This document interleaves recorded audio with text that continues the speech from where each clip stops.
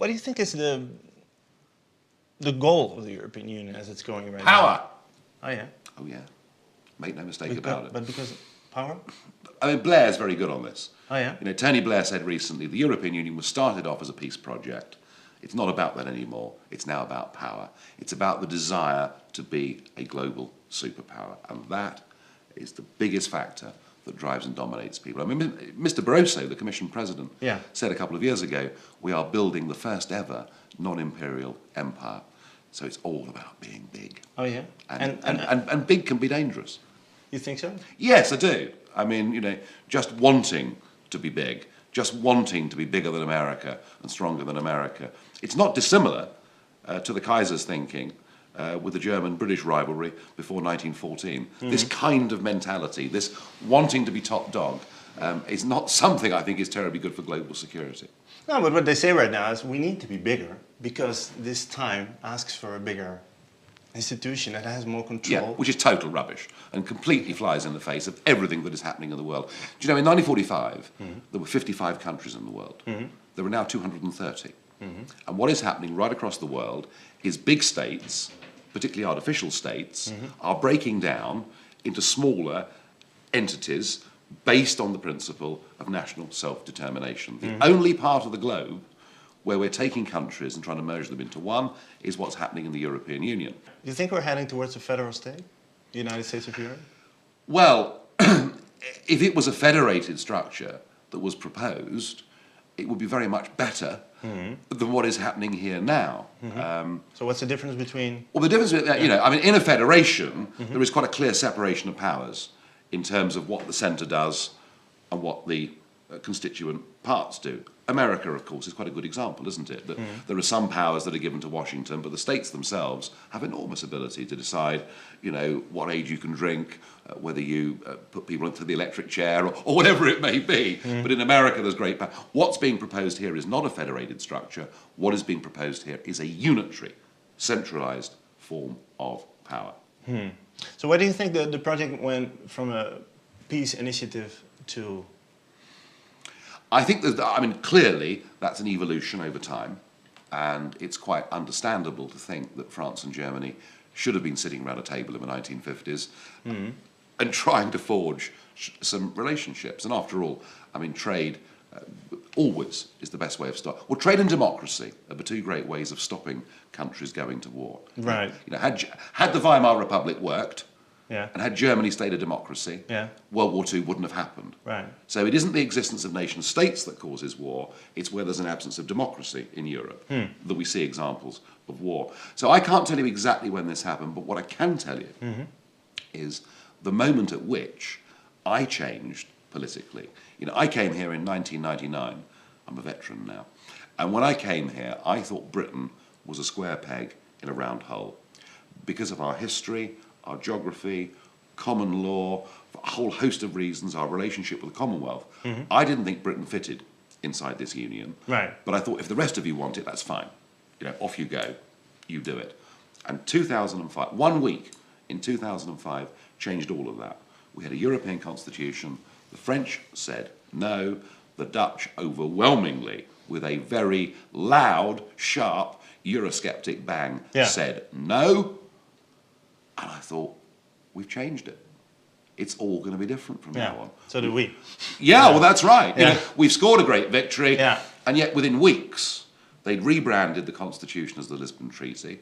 They hadn't surrendered a single power that had been in the original document. Was that within weeks already? Yeah. Within weeks. So they had like a backup plan already, you think, there? Yeah. Of course they did. Yeah. Nothing stops these people. Just took out the flag and the... Yeah, in theory. Beethoven's Ninth. But it's back again now. Oh yeah, it's back again. You know, I mean, so it's very interesting, isn't it? Yeah. It's very interesting. It may be a good piece of music. It's been much abused. And what's really interesting is that the dynamic that is now behind the European project is in fact a new form of nationalism itself. Euro-nationalism. You want to see them here when they play the European anthem. Oh yeah? They all stand ramrod to attention. Is that true? Yeah. Oh yeah. So so for me, the fact they decided willfully to ignore those referendums and to continue with the project of political union, that was the moment at which I became an opponent of the whole thing. And I now don't just want Britain out of political union with Europe. I want Europe out of the European Union. Right. they've hijacked the word Europe. The flag, the anthem, Herman Van Rompuy, that's not Europe. No, but if you criticize the European Union, that can quickly make you like, like a nationalist almost. Because, well, they can try and do that, yeah. and they've tried to do that, Yeah. but they're not winning with me. No. You know, I mean, I honestly will lay claim to you here today that I'm a greater European than they are. Oh yeah. Because I think I know what Europe is and they don't. What is Europe then? Europe is the most diverse set of people within a small geographical area that exists anywhere in the world. And it's actually what makes Europe the most fascinating, interesting continent on the whole of the earth. But we should recognise the amazing differences that exist, and we should want to have a Europe where individual, sovereign, democratic nation states sit round the table together, trade together, be friends together, be good next-door neighbours. We can agree sensible common minimum standards. We can agree, trading conditions. We can do all of that. Yeah. But we don't need to build an empire with a parliament, a commission and a court and tens of thousands of bureaucrats. We don't need those things. They're building an empire, you have this feeling? There's no question. That's exactly what they're trying to do. Yeah.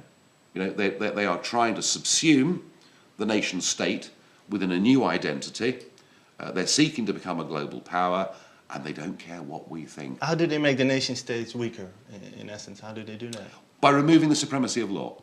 When you join the European Union, the highest court in your land is no longer your own Supreme Court. It's the European Court of Justice in Luxembourg. It's as simple as that. So it's not a cooperative structure.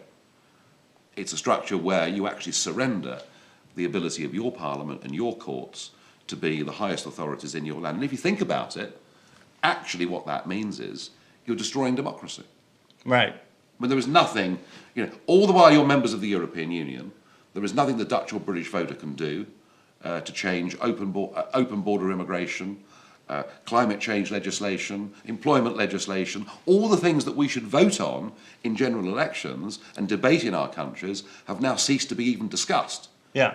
Because we've transferred the government of our countries here. Yeah, we spoke with members of parliament from Holland, and they say that it's very difficult for them to really understand what's going on, and many of them say that it's kind of beyond their scope in a way, that they are more busy with daily things than really understanding the very, yes, difficult. I mean, our politicians, it's very interesting. I mean, the House of Commons in the 1960s used to discuss nuclear weapons, huge global debates that went on in Westminster, and that's what they did. And now our MPs are more like local councillors, dealing with people's problems with drains and the street not being cleaned properly. Yeah. And all the really vital debates about how a national economy is planned and run and managed, Parliament doesn't even discuss that anymore. The one area of European policy that hasn't yet become centralised in Brussels is foreign policy. And because of that, the House of Commons had a vote on the war in Syria. Yeah. And that vote has stopped a war from happening. And I can't think of a better example of why having sovereign national parliaments is actually rather better than entrusting a group of unelected bureaucrats to decide not just what we do to our industries, but whether we go to war or not. Right. I heard somebody say that it is policy of the European Union to try to make regions stronger, supporting languages and regions, to weaken the nation states. Of course. Is that true? Oh, absolutely. Oh, really? Yeah. It's quite a deliberate tactic. Yes. Well, you must understand. Yeah. The people that run this hate nation states. They want to abolish nation states, and they see regionalism as being a way of helping to break down national identity. And that's been here for decades. I mean, there is nothing new in that. The Committee of the Regions is a well-established part of the European Union.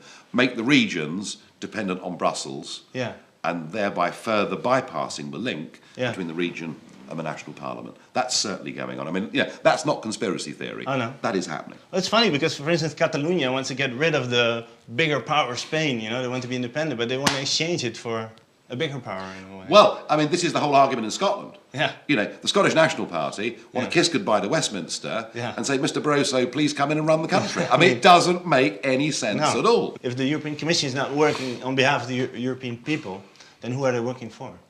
The project. The project. The project. Yes. It's been called the project since the 1950s. That sounds like the Soviets in a way. Doesn't it just? It does. Yes. Yeah.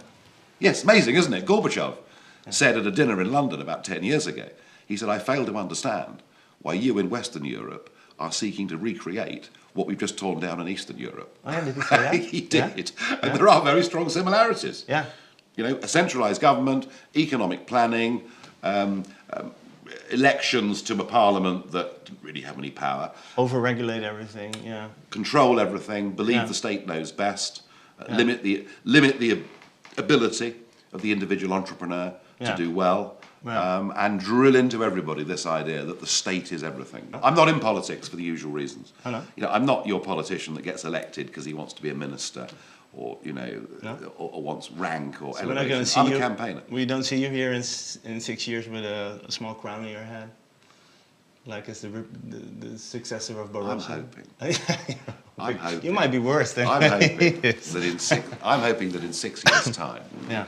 you know, you'll find me out in the middle of the English Channel trying to catch fish, having given up with politics, and with a Europe that is a far more sensible, far more democratic and better place than it is today. And I believe it's now within our grasp. Yeah. I think the electors right across the north, south, east and west of Europe have woken up to something, which is that the European project has been built without their consent. It is not acting in their interests, and it's time we had something better.